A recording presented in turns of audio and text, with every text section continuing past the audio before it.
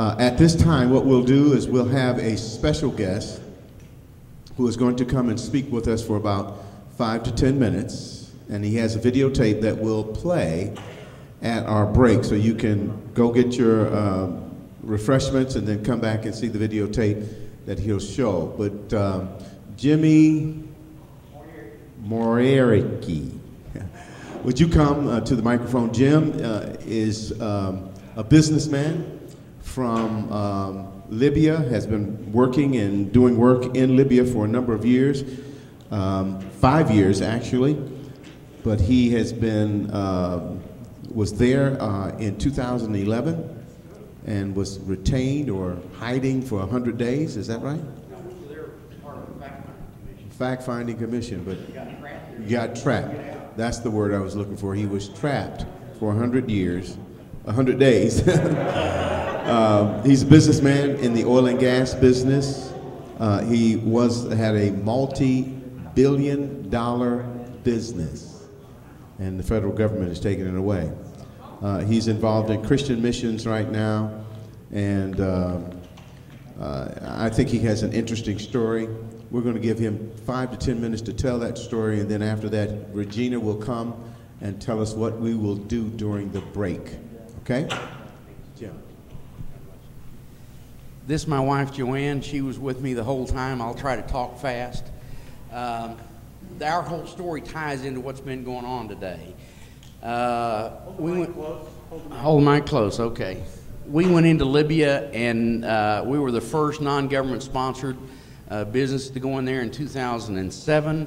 Our first trip in there, we sold $1 billion worth of fabulous products that cleans up pipelines and rejuvenates oil wells, developed by John Perkins. He's been our partner forever.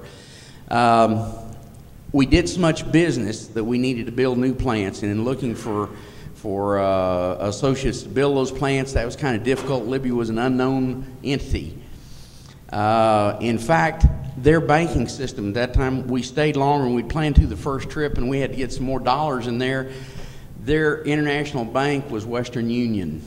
So we were encouraged about that because Fed and Euroclear hadn't gotten there to ruin them yet. But after 4 years, we had booked several $1 billion worth of business. In January 2011, I was back in there signing joint venture agreements with one of their big Social Security investment funds to joint venture a new plant for us. And I left on the 8th of February. Their revolution started on the less than a week later. There was no revolution. It was a coup d'etat to throw over Libya by the paper bankers. And why is that? Because Gaddafi had organized a gold-backed currency for the continent of Africa. And all the Arab countries had signed up for it.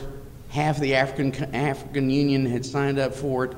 A gold-backed currency for the continent of Africa would have destroyed the paper bankers. So they own everything. They said, let's kill him, get him out of office, ruin the government, and that's what they did.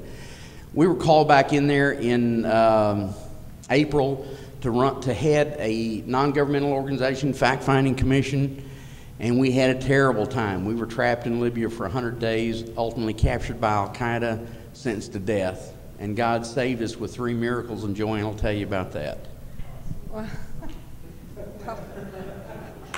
he's the speaker. He's the speaker, but what happened to us was near the end of August, NATO was tired of bombing Libya, and Libyan people weren't cooperating. They didn't want their country taken over, so they just brought their Apache helicopters in and mowed everybody down in the streets right in front of our eyes.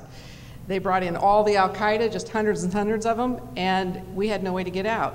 250,000 Al-Qaeda mercenaries were brought in by NATO to overthrow Libya because the people weren't a part of that revolution. Yeah.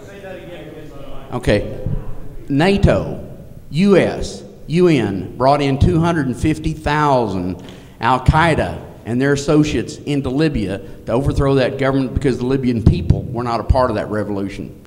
And no media that you heard ever told the truth. We were there on the ground. We are now targeted individuals by this government. We didn't even realize we were targeted until 3 weeks ago. We couldn't get anybody to talk to us. Our business has gone to hell in a tea kettle. They've ruined us financially. They've isolated us from all our business associates. Literally, we don't have money to pay attention. And we've had intelligence officers in our home for the last 3 months. They're trying to find out what's going on in Libya because they don't know. And we've remained close to all the Libyan tribes. We're the official spokespeople for the Libyan tribes because they don't trust anybody else. Joanne talks with the tribal leaders who are in exile every day. Of the 5.5 million people that lived in Libya, 500,000 of them NATO killed under the auspices of protecting innocent people. 2 million of them are now living in exile because if they go back, the 250,000 Al-Qaeda guys there will kill them, chop them up, and burn them. They've been committing genocide of blacks there since the first week of that revolution. They've killed about 200,000 blacks, and they've gone in there and publicly said that it's their task to cleanse Libya of the blacks. 30 to 35% of all Libyans were black, and nobody in this government here wants to look at that or address it. It's a travesty. Now then, we're in trouble. I can promise you we have no support. Joanne and I we're out of money, and we're being attacked by this government. And we are targeted individuals. We found out from the intelligence guys that are debriefing us. Really, they're in our home to get information about what's going on in Libya. But they've told us, you're isolated. And we've sold everything we own. We can't get a job. We're both talented people. I can't get anybody to interview me. We talk to somebody, they get a phone call and say, don't talk to these folks. People that friends we've had for 25 years in the international community, they've been threatened. They can't talk to us anymore. And I'm talking about a prince in Kuwait, a very close member of the royal family over there. And we're in trouble. Talk about what? Okay. We need support from any place we can get it. The last asset we have is an antique car that I had been bird dogging for more than 20 years. We're raffling that off. If y'all can see it in your heart to buy some raffle tickets, that'll help us. We also we have been fighting to try to get the knowledge out about the genocide of the blacks in Libya. Y'all go to our website, look at that stuff. Be proactive, because the thing that's going to happen is we're all going to have to join hands. I mean, black, white, beige, brown, male, female, whatever sexual affiliation you like, we're going to have to join hands from our end, because I'm telling you, we were pretty strong dogs in our day. What's your website? It's www.aitnv.com. That's Avalon International Trusteeship, Nevada, aitnv.com. That's been our nonprofit forever. We've funded a lot of humanitarian activities ourselves, which included drug rehab scholarships and environmental remediation studies. And we still have great products, but we have no place to go. We've absolutely been destroyed by our own government, and they have us targeted. And, you know, we don't know what to do. Your story, you know, is something that we see as the kind of things that could happen to us. And we're really pretty good folks, you know. We're just trying to...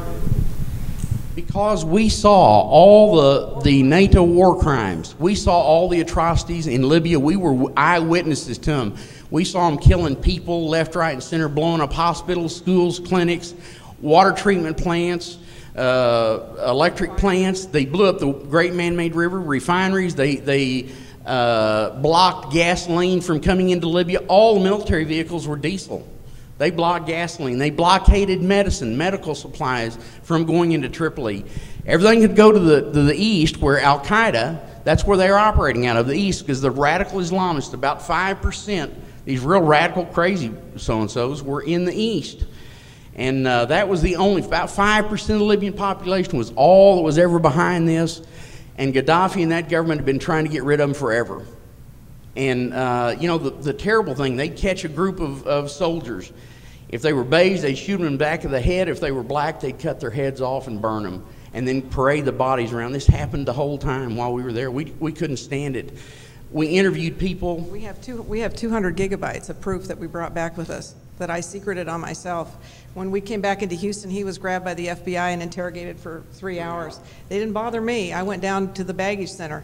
They didn't know I had the hard drive because Al-Qaeda had taken our computers and wiped everything off. They've been trying to get us. They've been trying to get that information ever since. Please, y'all help us, and God bless you. Our story is huge. This is just a tiny piece of it. It continues today. Just wait here, wait here. What did you say? What religion were those 200,000 blacks following? Muslims. Libya was a secular country. Other religions could go there. They were not radical. They didn't require women to wear burqas. They drove their own cars, were in business. They were in high office in government. They were emancipated. But the country was basically Muslim. And these blacks were Muslim. But they were Libyans. They had Libyan passports.